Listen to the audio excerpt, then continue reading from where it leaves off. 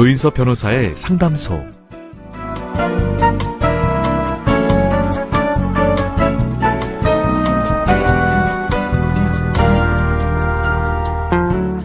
제 옆자리는 항상 여러분을 위해서 비워두고 있습니다.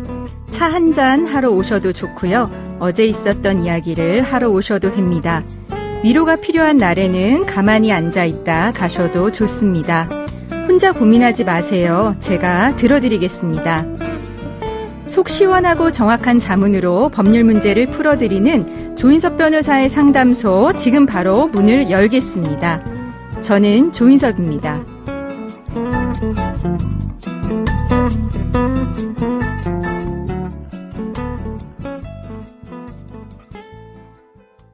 당신을 위한 로하우스 조담소에서 당신의 고민을 초대합니다.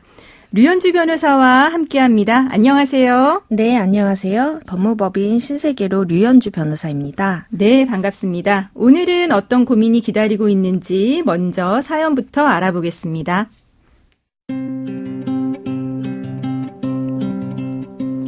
저는 결혼정보회사를 통해 지금의 남편을 만나게 됐습니다. 15살 연상이었고 직업은 의사였습니다.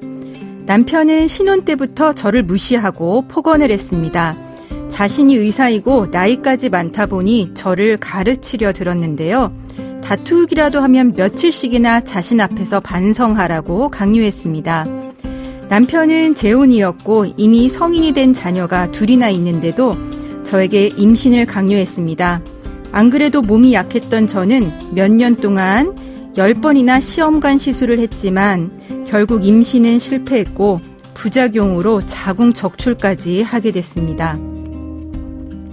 하지만 남편의 집착은 끝나지 않았고 결국 대리모를 구해 불법적인 방법으로 아이를 얻었습니다.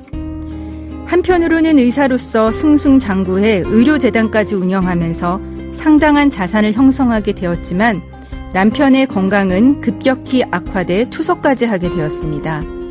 그러자 체중 39kg에 자궁까지 적출한 저에게 지난 수년 동안 지속적으로 또 집요하게 신장 이식을 요구했고 거절하는 저를 몰염치한 사람으로 내몰았습니다.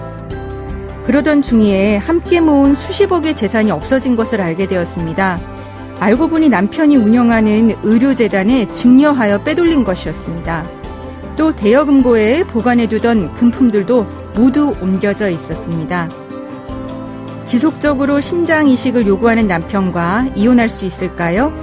이미 재산을 빼돌린 남편에게 재산 분할을 요구할 수 있을까요?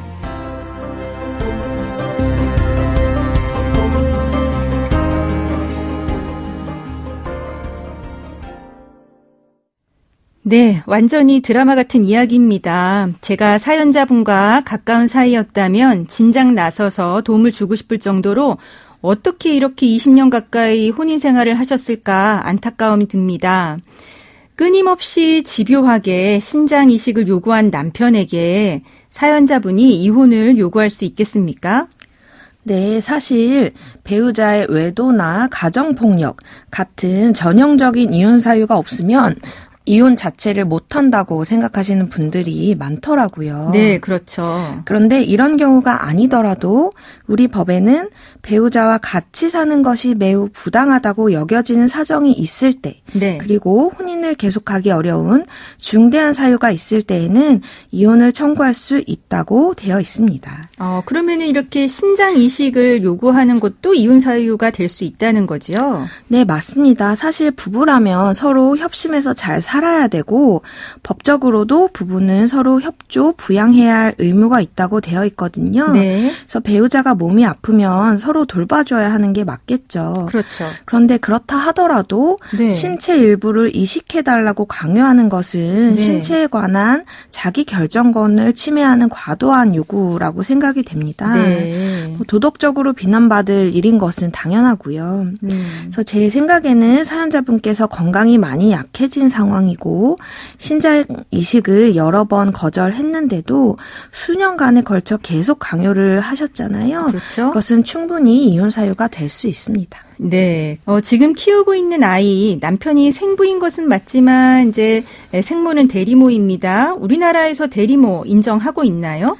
네, 한국은 대리모를 원칙적으로 금지하고 있죠. 네. 대리모를 인정하는 나라들도 있는데 이제 그런 나라들에서는 대리모를 통해 출산을 한 아이라도 네. 그 부부의 친자녀로 등록을 할 수가 있습니다. 아, 네. 네, 그런데 우리나라에서는 그렇지가 않죠. 그렇죠. 얼마 전 미국에서 그 힐튼과 상속녀 대리모로 아이 낳았잖아요. 그죠? 네, 맞습니다. 저희 나라의 경우는 2018년에 법원이 대리모를 통해 출산한 자녀의 양육권은 의뢰인 부부가 아닌 대리모에 있다는 판결을 했는데요. 네. 해당 판결에서는 부모의 결정 기준을 모의 출산이라는 자연적 사실에 있다고 봤습니다. 유전자가 아니라 출산을 누가 했는지 그게 네. 기준이 된다는 거죠? 네, 네, 그렇습니다.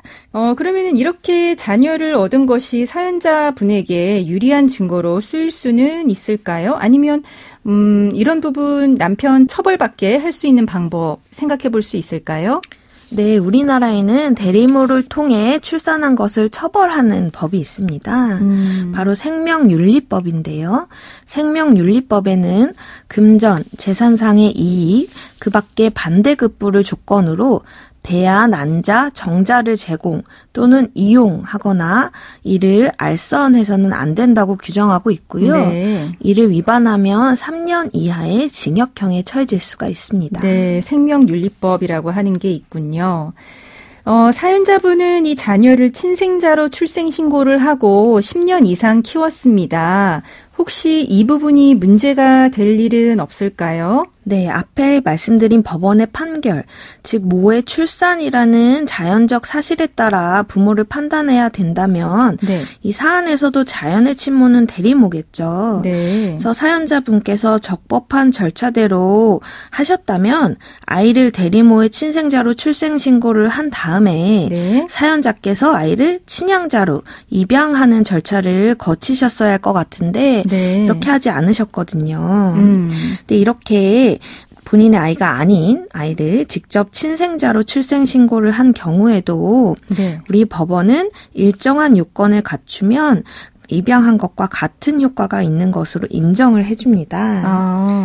그러니까 지금 이제 친생자, 친양자이냐 이제 문제가 된다라고 했을 때 대리모가 원칙적으로는 아이의 엄마지만 이 사연자분이 아이를 입양한 걸로 돼서 아이의 어머니로 인정은 될 수 있다는 이야기신 거죠? 네네, 맞습니다. 네. 그럼 사연자분은 이 아이를 키우고 싶어 하십니다.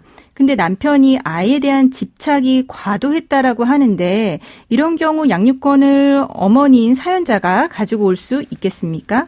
네, 지금 사연의 경우에 제가 이제 친양자 입양을 한 것과 같은 효력이 있어 보인다고 말씀을 드렸잖아요. 네. 근데 이 친양자는 법적으로 따지자면 친자와 같은 효과를 인정을 해줍니다. 네. 그래서 이 경우에는 통상적인 그 부부가 이혼을 할 때 친권자, 양육자를 정하는 그 기준을 따르게 되는 것입니다. 네. 그렇다면 평소 아이를 누가 주로 양육했는지, 아이가 누구와 더 애착관계가 잘 형성되어 있는지에 따라서 그 양육권자를 결정할 것 같습니다. 네. 그러면은 이제 사연자분은 남편이 거액의 재산을 빼돌렸다라고 하는 입장입니다. 이런 경우에는 어떤 식의 대응을 해야 할까요? 네, 이런 경우가 생각보다 매우 많죠. 네. 그래서 저희도 이혼 소송을 하기 전에 상대방 재산에다가 가압류, 가처분 이런 것들을 먼저 진행하는 경우가 많습니다. 네. 그런데 이렇게 가압류, 가처분을 하기도 전에 이제 상대방이 재산을 빼돌린 경우라면 이혼 소송을 하면서 같이 그 빼돌린 재산을 원상태로 돌려놓으라는 사회행위 취소 소송을 같이 할 수가 있습니다. 네. 만약에 사회행위 취소 소송을 하지 않는다고 하더라도 이거를 주장할 수는 있는 건가요? 네. 그 사회행위 취소 소송을 별도로 하지 않더라도 그 계좌를 조회해봤는데 그 계좌에서 큰 돈을 뺐다거나 하는 정황이 있고 그런데 이 돈이 이 혼인 생활에 사용되지 않았다는 점이 명확한 경우라면 이렇게 은닉한 재산을 상대방이 보유하고 있는 것으로 추정을 해서 재산분할 대상에 포함시킬 수 있습니다. 네. 20년 가까운 기간 동안 혼인생활 하셨는데요. 재산분할은 어떻게 될 걸로 보여지나요? 네, 보통 20년 정도 혼인생활을 하신 경우에는 특별한 사정이 없다면 재산분할 비율을 50%로 봅니다.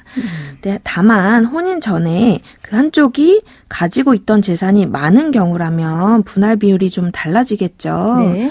특히 사연자분은 남편과 재혼이라고 하셨기 때문에 재혼 전에 그 이전의 혼인 생활에서 형성된 재산이 어느 정도인지도 중요하게 좀 고려가 되어야 될 것 같습니다. 네, 지금까지 신장 이식을 끊임없이 요구하는 것도 재판상 이혼 사유가 될 수 있고 과도한 임신 요구와 시험관 시술을 요구하는 것 또한 재판상 이혼 사유가 될 수 있다고 이야기해 주셨습니다.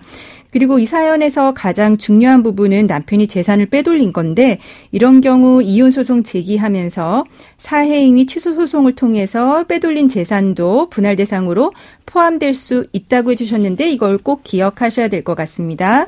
네, 감사합니다. 네, 감사합니다. 지금까지 류현주 변호사와 함께했습니다.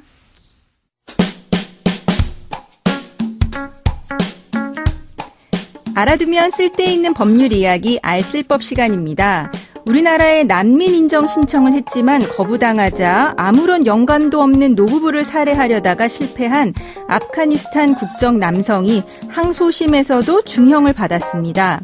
이 남성은 범행 당시 극심한 스트레스로 현실을 인지하기 어려웠다는 이유를 들면서 1심과 항소심 모두 심신미약을 주장했는데요. 과연 받아들여졌을까요?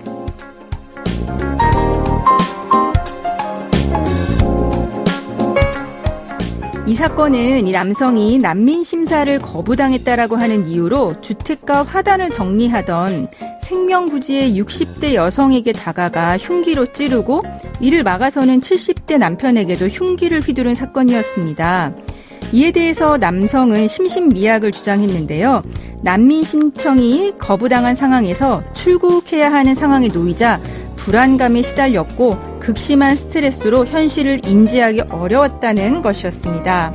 형법은 제10조에서 분명 심신미약자는 형을 감형할 수 있다라고 되어 있습니다. 그리고 이 조항으로 인해서 우리가 잘 알고 있는 조두순도 감형을 받았고요. 강남 묻지마 살인 사건도 감형을 받았습니다.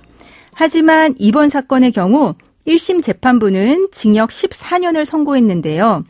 피고인의 주장을 뒷받침할 만한 구체적인 자료와 정황이 없고 피고인이 정신질환 감정에도 제대로 응하지 않아서 인정하기 어렵다면서 잔혹한 수법에 피해자와 가족들에게 가늠할 수 없는 상처를 줬고 반성하는 태도를 보이지 않아서 중형을 선고한다고 했습니다.